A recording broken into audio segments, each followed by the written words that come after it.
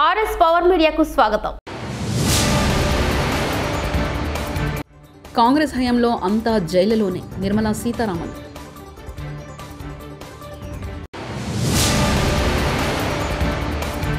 పోలవరంలో సీఎం చంద్రబాబు పర్యటన.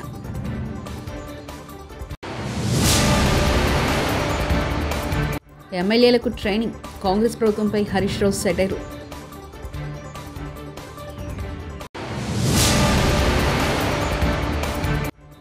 మోహన్ బాబు వివాదంపై స్పందించిన రాచకొండ సిపి.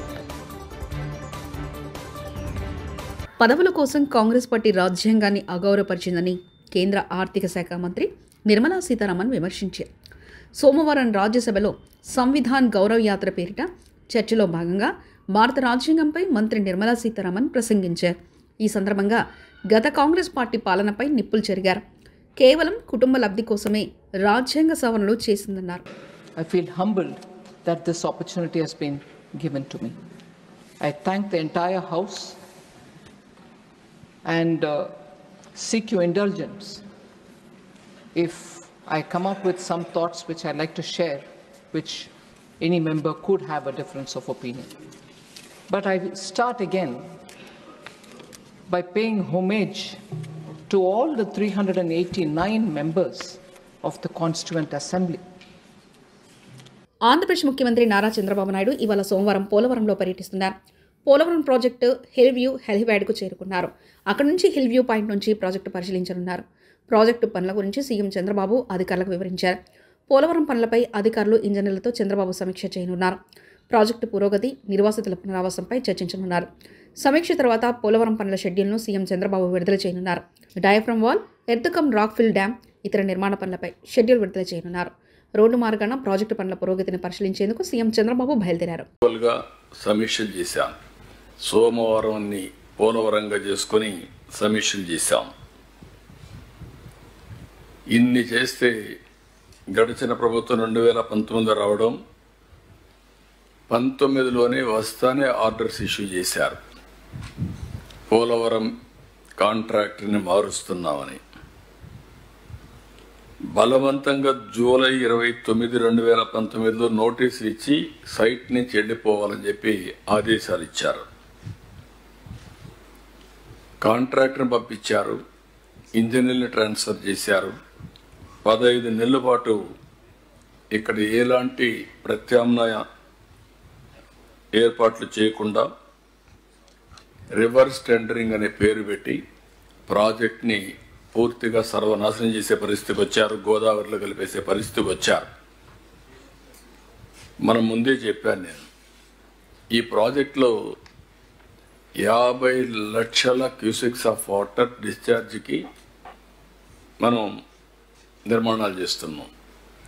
నదిని డైవర్ట్ చేస్తున్నాం. నది మీద పోతూ పక్కకు తిప్పి స్పిల్వేస్ ఇవన్నీ తీసుకొచ్చాం. అలాంటి ముఖ్యమైన ప్రాజెక్టులో డయాఫామ్ వాల్ కట్టి వదిలిపెట్టాం.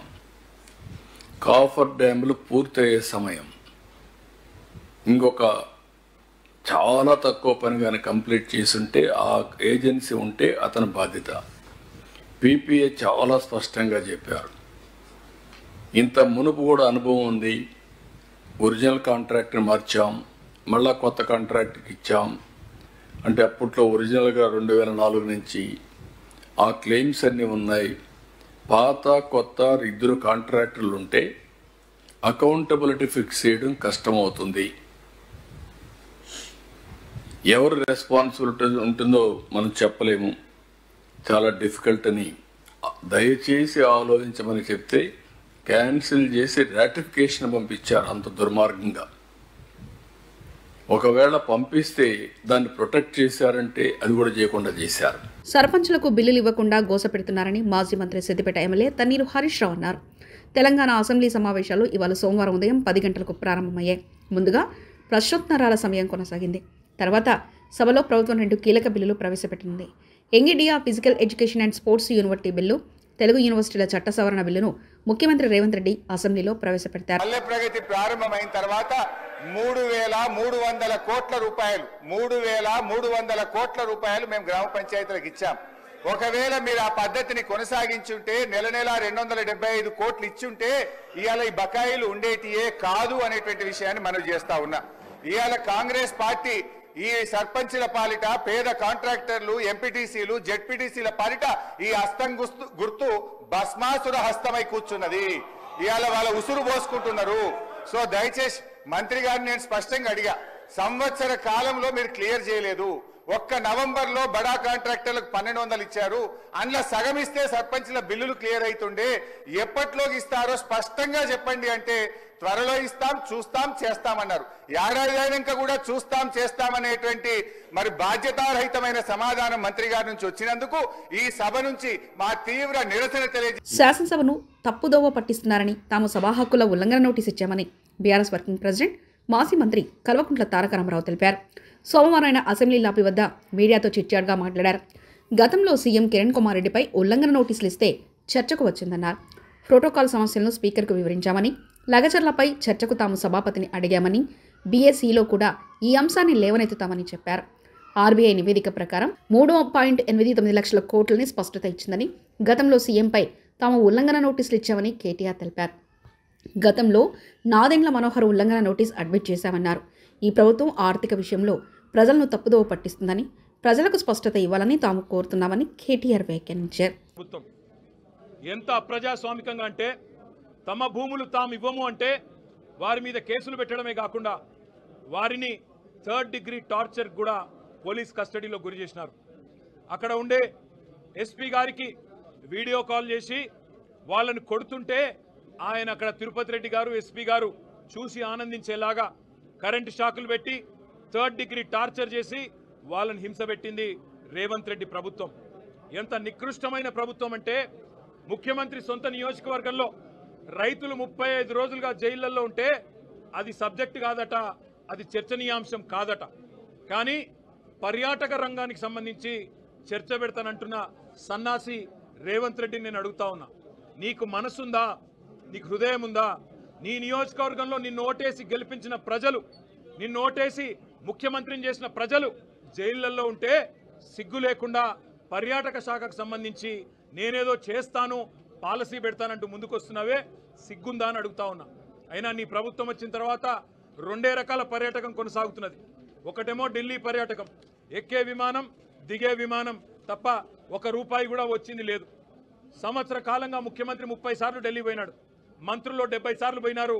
కానీ 100 సార్లు పోయినా 100 పైసలు కూడా తెలంగాణకు తేలేని సన్నాసులు ఈ కాంగ్రెస్ ప్రభుత్వం వాళ్ళు.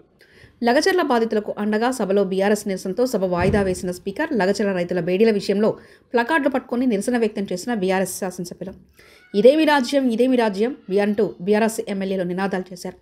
సభలో బీఆర్ఎస్ నిరసన మధ్య కొనసాగిన శాసనసభ లగచర్ల రైతులకు బేడీల విషయంలో చర్చ పెట్టాలని బీఆర్ఎస్ డిమాండ్. చర్చను ఆపేసి సభ రేపటికి వాయిదా వేసిన స్పీకర్ ఇది దొంగల రాజ్యం, దోపిడీ రాజ్యం, రైతులకు బేడీలు సిగ్గు సిగ్గు అంటూ నినాదాలు చేశారు బీఆర్ఎస్ ఎమ్మెల్యేలు.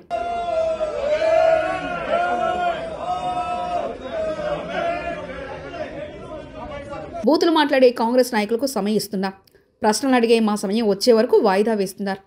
లగచర్ల రామన్నపేట నుంచి దిలావర్పూర్ వరకు ప్రభుత్వం చేస్తున్న హింసాత్మక ఘటనపై బీఆర్ఎస్ పార్టీ తరఫున పోరాటం చేస్తామంటూ మాజీ మంత్రి జగదీష్ రెడ్డి వ్యాఖ్యానించారు. అవకాశాలు ఇచ్చే పరిస్థితి, మా ప్రశ్నలు వచ్చే సమయానికి వాయిదా వేయటం,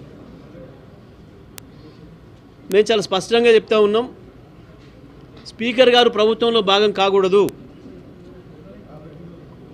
లగచర్ల విషయం మీద ఎట్టి పరిస్థితులలో కూడా మా పోరాటం కొనసాగుతుంది. లగచర్లనే కాదు, అది రామన్నపేట కావచ్చు, అది దిలావర్పూర్ కావచ్చు, అది ఇంకొకటి కావచ్చు.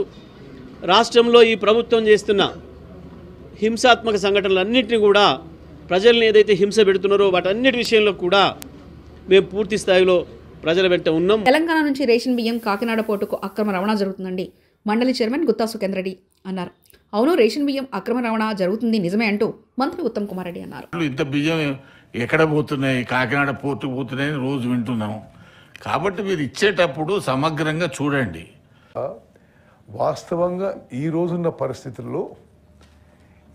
పరిస్థితుల్లో పెద్ద ఎత్తున పీడిఎస్ రైస్ డైవర్షన్కి గురవుతున్న మాట ఇది వాస్తవం. అసెంబ్లీలో పవర్ కట్ అసెంబ్లీ సమావేశాల రోజే బీఆర్ఎస్ ఎల్పీలో కేటీఆర్తో చర్చిస్తుండగా అరగంటలో 5 సార్లు పవర్ కట్స్ జరిగాయన్నారు బీఆర్ఎస్ ఎమ్మెల్యేలు.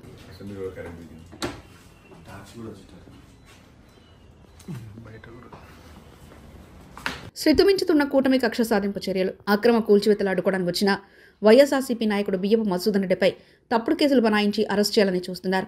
అధికారులను దుర్భాషలాడారు. అవి అబద్ధపు ఆరోపణలు చేస్తున్నారు. ప్రజాస్వామ్యంలో ఇది సరైన చర్య కాదు. భూమన కరుణాకర్ రెడ్డి, ఉమ్మడి చిత్తూరు జిల్లా వైఎస్ఆర్సీపీ అధ్యక్షులు. అతిక్రమణలు చేసింది చట్టవిరుద్ధంగా ఉంది అన్న పేరుతో ఆ రివర్ వ్యూ రెస్టారెంట్ను కూలగొట్టడానికి అధికారులు వచ్చినప్పుడు అన్నీ చట్టబద్ధంగానే ఉన్నాయి, ఏ తప్పు లేదు, పనిగట్టుకొని కక్ష సాధింపుతో దీన్ని కోల్చటానికి వస్తున్నారోనని మాజీ శాసనసభ్యుడైనటువంటి బిఎం మధుసూదన్ రెడ్డి గారు అక్కడ బైఠాయిస్తే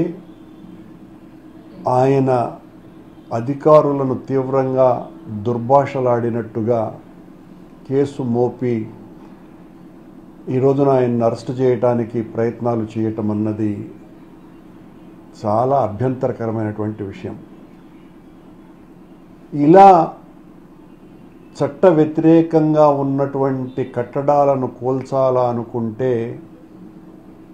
సగం కట్టడాలని కూల్చాల్సినటువంటి అవసరం ఉన్నది. పని కట్టుకొని మనకు వ్యతిరేకంగా ఓటు వేశారు, మోహన్ బాబు వివాదంపై స్పందించిన రాచకొండ సిపి మోహన్ బాబు కేసు విచారణ కొనసాగుతుంది. మోహన్ బాబుకు నోటీసులు జారీ చేశాం. ఈ నెల 24 వరకు టైం అడిగారు. హైకోర్టు ఈ నెల 24 వరకు మోహన్ బాబుకు టైం ఇచ్చింది. హైకోర్టు ఉత్తర్వులను గౌరవిస్తాం. అప్పటి వరకు రెస్పాన్స్ కాకపోతే మరోసారి మోహన్ బాబుకు నోటీసులు జారీ చేస్తాం. మంచు ఫ్యామిలీకి సంబంధించి మొత్తం 3 ఎఫ్ఐఆర్లు నమోదయ్యాయని రాచకొండ సిపి సుధీర్ బాబు అన్నారు.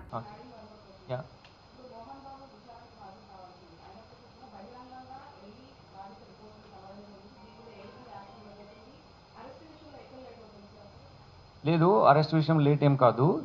దాంట్లో మాకు ఇంకా మెడికల్ సర్టిఫికేట్ అవన్నీ తీసుకోవాల్సింది. దాని తర్వాత మేము ఆయన నోటీస్ ఇచ్చాము. ఆయన 24th వరకు టైం అడిగారు. Maybe out of is concern for him ఈ వెంట్ దేర్. దానికి మేము పర్సే మేము అగేన్స్ట్ చూపించలేము. కాకపోతే ప్లస్ ఆయన ఇంజూర్డ్ అయినాడు కాబట్టి ఆయన వల్ల వెళ్ళుంటారు. కానీ చట్టం ఏ ప్రకారం ఏది తీసుకుంటే అది మేము తప్పకుండా చర్య తీసుకుంటాం. ఏపీ నుంచి 3 రాజ్యసభ సభ్యులుగా ప్రమాణం. ఏపీ నుంచి ఎన్నికైన 3 నేతలు రాజ్యసభ సభ్యులుగా ప్రమాణం చేశారు. రాజ్యసభలో చైర్మన్ జగదీప్ ధనఖండ్ వారి చేత ప్రమాణం చేయించారు. రాష్ట్రం నుంచి ఖాళీ అయిన 3 రాజ్యసభ స్థానాలకు ఇటీవల జరిగిన ఉప ఎన్నికల్లో టీడీపీ నుంచి బీదా మస్తానరావు, సానా సతీష్ బాబు, బీజేపీ నుంచి ఆర్ కృష్ణయ్య ఏకగ్రీవంగా ఎన్నికైన విషయం తెలిసిందే.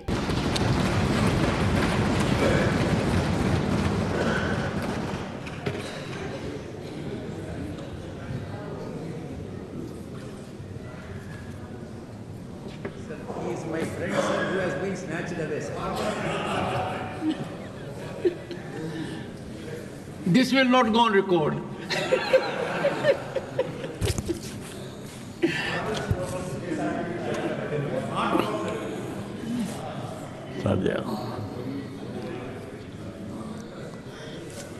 యాగా కృష్ణయ్యను నేను రాజ్యసభ యొక్క సభ్యునిగా ఎన్నుకోబడిన వాడనై శాసనం ద్వారా స్థాపితమైన భారత సంవిధానం పట్ల యథార్థమైన శ్రద్ధానిష్టలను కలిగిందుననియు భారతదేశం యొక్క సార్వభౌమతను మరియు అఖండతను సమర్థించుననియు నేను చేపట్టనున్న కర్తవ్యము శ్రద్ధాపూర్వకంగా నిర్వహించుననియు దైవ సాక్షిగా ప్రమాణం చేయుచున్నాను. నంద్యాల జిల్లా ఆలగడ్డలో సినీ నటుడు మంచు మనోజ్ దంపతులు పర్యటించారు. ఆలగడ్డ మాజీ ఎమ్మెల్యే భూమా శోభా నాగిరెడ్డికి నివాళులర్పించేందుకు మంచు మనోజ్ ఆయన సతీమణి భూమా మోనిక ఆలగడ్డ చేరుకున్నారు. శోభా నాగిరెడ్డి సమాధి వద్ద పుష్పాంజలి ఘటించారు.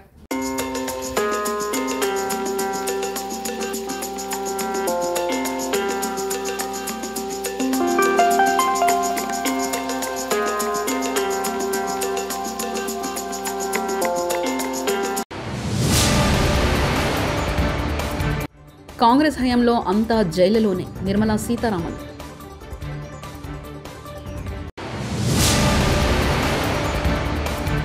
పోలవరంలో సీఎం చంద్రబాబు పర్యటన.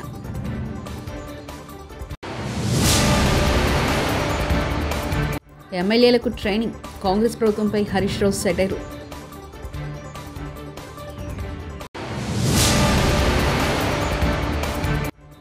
మోహన్ బాబు వివాదంపై స్పందించిన రాచకొండ సిపి. మరిన్ని న్యూస్ కోసం చూస్తూనండి RS పవర్ మీడియా.